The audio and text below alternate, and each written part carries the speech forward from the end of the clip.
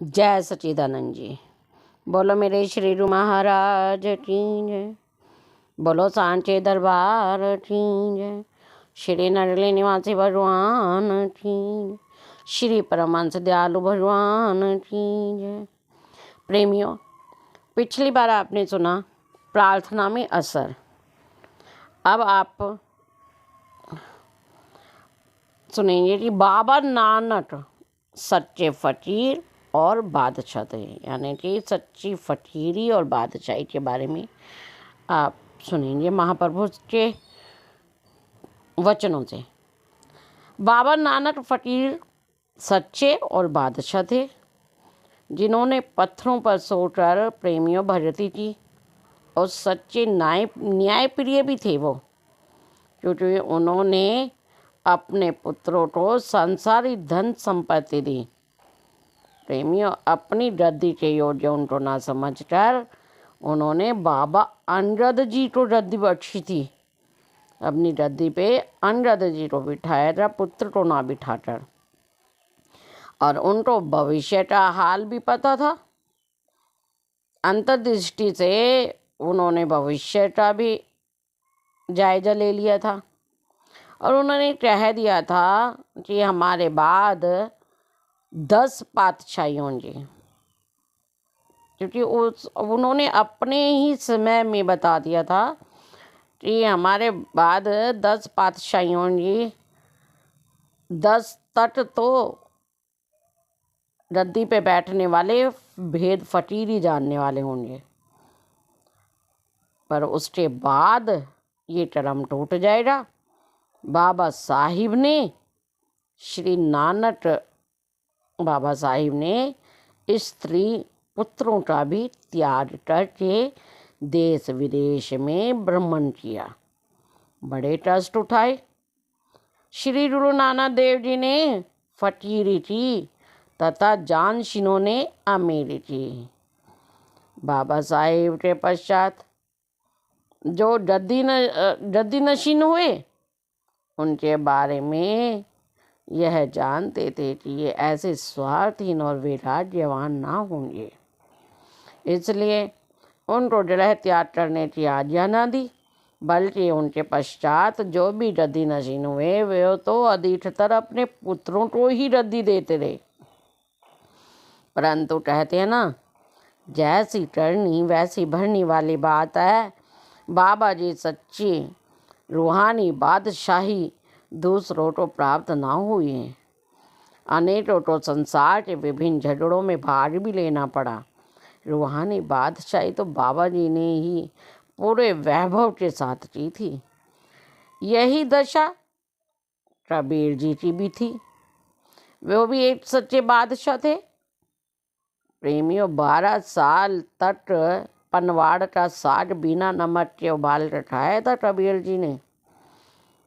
36 वर्ष तक एक स्थान पर बैठकर हमारे श्री कबीर जी ने तपस्या की थी, और उस स्थान पर अब तक उस स्थान का नाम प्रेमियों आप जा भी सकती हैं, और आपको नाम बताएं कि कबीर चौबारा के नाम से प्रसिद्ध है, वो जहाँ तपस्या कबीर जी ने की।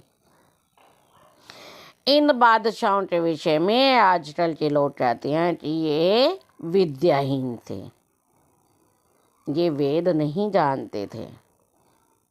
यदि सत्य पूछो तो वेदों का भेद ही यही लोग जानते थे सही में। और वो कहते थे वेद हमारा भेद है, हम वेदों के माँ ही। तो क्योंकि संतों की वाणी से जो निकलते हैं उन्हीं से वेद बनता है, और उन्हीं से वेद बनी है।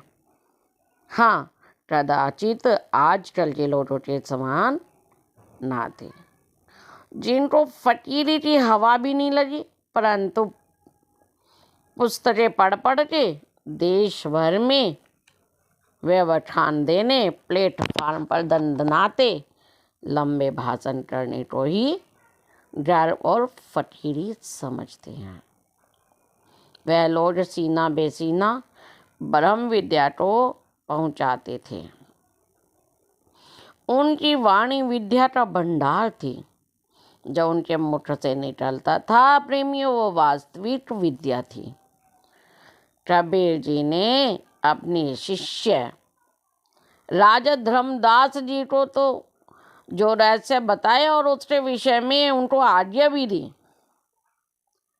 धर्मदास तो हे राम दुसाई, धर्मदास तो हे राम दुहाई, सार शब्द नहीं बाहर जाई, सार शब्द नहीं बाहर जाई।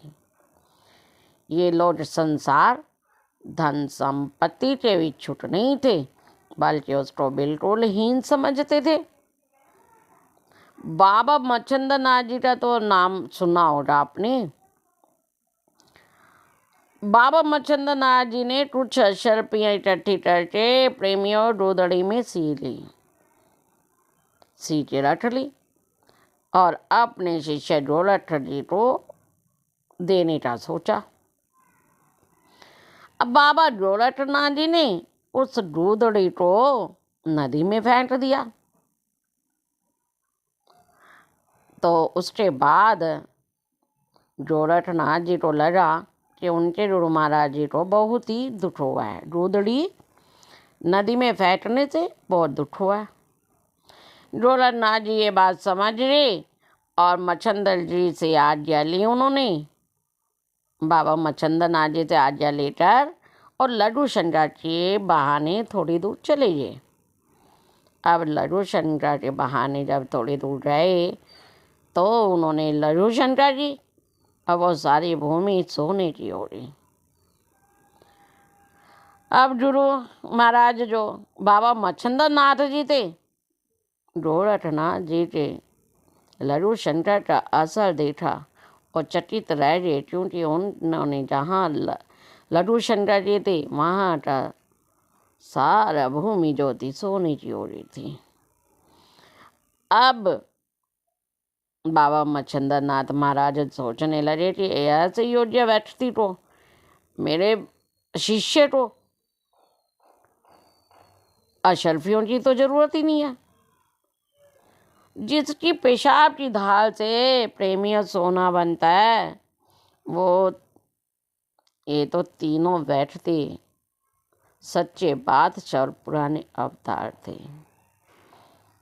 तो अब देखिए एक छोटा सा दोहा है।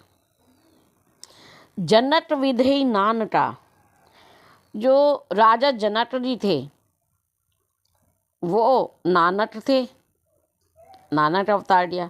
सुखदेव भय कबीर, सुखदेव जी ने दूसरा जन्म लिया जब वो कबीर अवतार थे। दत्तात्रेय गोरख बहे, कहते राज फकीर, दत्तात्रेय थे जिन्होंने गोरख का अवतार लिया और ये तीनों सच्चे राज फकीर कहलाए, आध्यात्मिक में फकीर कहलाए थे। तो प्रेमियों, आपको अच्छा लगेगा ये जानकारी लेके, ये सत्संग सुन के और आध्यात्मिक अध्ययन में आपका सहयोग देगा। बोलो जयकारा, बोल मेरे श्री गुरु महाराज की जय, बोलो सांचे दरबार की जय, श्री नडली निवासी भगवान की जय। जय सच्चिदानंद। अच्छा प्रेमी में फिर मिलते हैं।